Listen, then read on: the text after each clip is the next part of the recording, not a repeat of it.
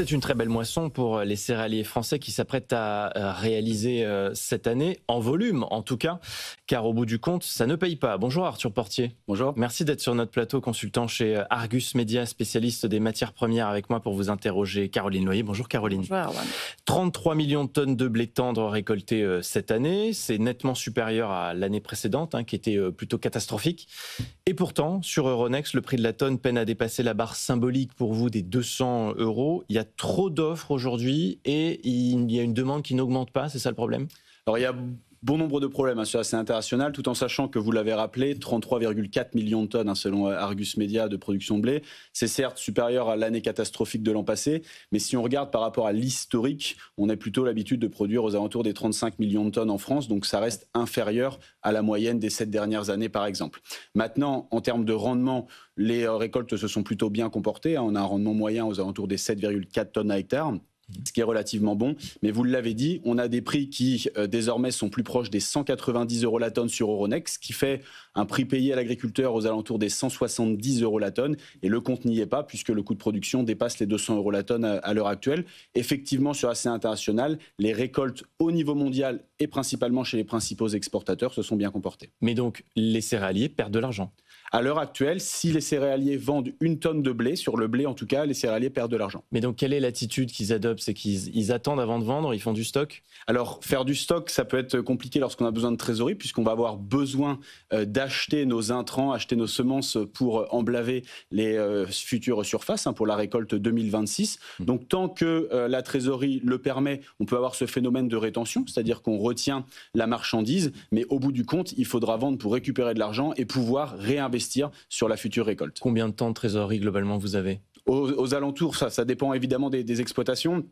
Sachant qu'avec la récolte catastrophique de l'an passé, on a déjà des exploitations qui sont mises à mal, on a des trésoreries qui sont déjà dans le rouge, donc c'est imminent, le besoin de trésorerie est déjà présent dans bon nombre d'exploitations et on peut décaler, on va dire, nos achats jusque septembre pour emblaver la future récolte, mais guère plus.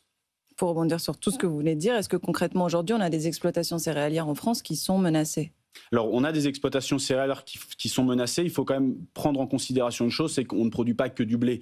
Dans notre assolement, on peut avoir du blé, on peut avoir du colza qui, lui, est plus rémunéré à l'heure actuelle. On a eu de bons rendements et des prix qui sont corrects à l'heure actuelle. On a des céréaliers, notamment dans le nord du bassin parisien, qui peuvent se permettre de faire des pommes de terre, du lin, qui a été également plus rémunérateur. Mais à l'heure actuelle, c'est certain qu'il y a des exploitations qui sont menacées faute de rentabilité.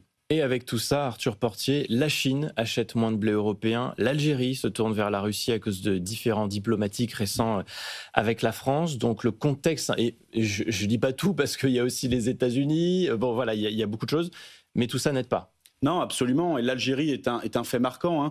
Lorsque, vous le savez, nous exportions aux alentours des 5 millions de tonnes de blé français à destination de l'Algérie il y a encore quelques années. On était à 0 quasiment l'année dernière. On va être à 0 cette année en raison des différends diplomatiques entre Paris et Alger. Et naturellement, quand vous passez d'un débouché aussi important qu'est l'Algérie pour des raisons diplomatiques, il faut le rappeler, naturellement, on se retrouve dans une impasse. On a des flux à l'export qui sont poussés. Rappelons-le, la France exporte généralement 1 tonne sur 2 de blé. Donc l'export est un gros marché et naturellement, ça va aussi fragiliser nos exportations, déséquilibrer l'offre et la demande sur le territoire et donc, in fine, peser sur les prix. L'Algérie qui se tourne notamment vers la Russie, on voit l'impact de la géopolitique sur le blé, sur le cours du blé. Est-ce qu'on peut dire que c'est une céréale qui est politisée finalement? Est-ce que c'est pas même la céréale la plus politisée au monde? Alors c'est une céréale évidemment politisée, ça a été mis en avant, on le sait depuis longtemps, mais ça a été mis en avant évidemment lors du conflit entre la Russie et l'Ukraine. Mais il s'avère que Vladimir Poutine joue avec ses armes, il en a une qui est très forte, qui est l'arme diplomatique, qui est le blé.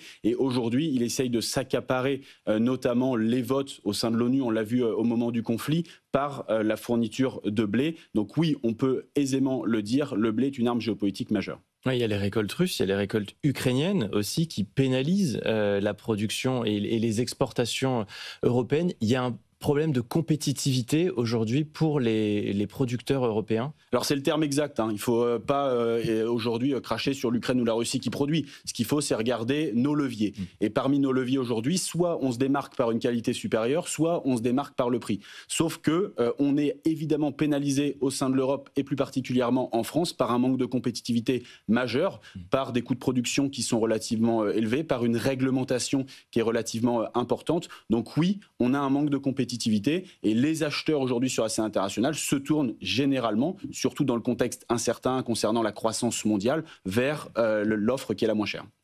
Mais quelles sont les perspectives dans ce cas-là?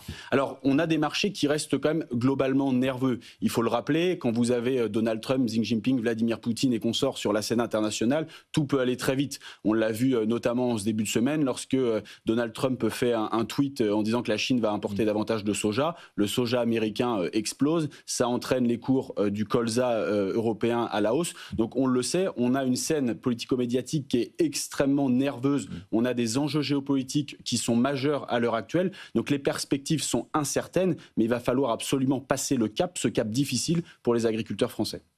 Les États-Unis devraient produire environ 50 millions de tonnes de blé cette année, en exporter 23 millions. Vers qui les États-Unis exportent? Qui achète ce blé américain? Et est-ce qu'indirectement, ça peut être dommageable finalement pour nos producteurs? Alors ce qui est très intéressant, c'est de regarder le comportement qu'a eu Donald Trump lors de son investiture, puisque lors de ce fameux Liberation Day, où il a utilisé un adage assez fort qui est « la meilleure défense, c'est l'attaque », il s'est mis à attaquer l'ensemble des pays en annonçant des taxes de manière relativement importante. Les matières premières agricoles ont reculé en se disant ça va pénaliser les exportations américaines. Et finalement, il a obligé bon nombre de pays à entrer en négociation avec lui. Et parmi ces pays-là, je pense notamment au Vietnam, je pense notamment au Bangladesh, il a concentré des accords pour faciliter les exportations de grains américains. Donc on se retrouve avec des Américains qui finalement pensaient être pénalisés et qui se retrouvent avec des accords où on impose au Vietnam d'acheter américain, on impose au Bangladesh un accord pour acheter américain et on va avoir des cartes des flux mondiaux qui sont totalement rebattues à l'heure actuelle, un jeu d'équilibre sur la scène internationale qui est complètement rebattu et donc les Américains vont exporter vers le Bangladesh, exportent vers le Nigeria, ce qui était quand même assez dingue à cette période de l'année. Donc tout est rebattu. Une politique commerciale américaine défavorable aux Européens, qui a aussi pour effet mécanique de faire monter la valeur de l'euro face au dollar. Ça, encore une fois, ça pèse sur les exportations.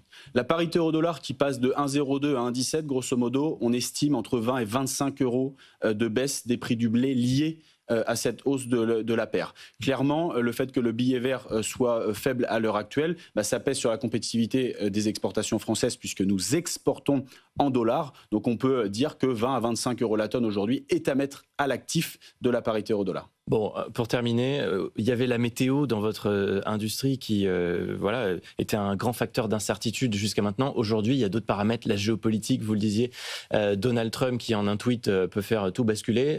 Ça ne vous aide pas pour faire des prévisions? Alors on a évidemment des modèles qui essayent de prendre le maximum d'informations, mais ce qui est certain, c'est qu'on n'est plus seulement sensible à la météo. Les conditions pédoclimatiques restent essentielles pour notre métier, notamment, on l'a vu encore cette année par rapport à l'an dernier, par rapport au rendement. Mais évidemment, on a un chahut sur la scène internationale qui rend les marchés extrêmement nerveux. La prévisibilité se fait, mais il faut ajuster en permanence nos voiles.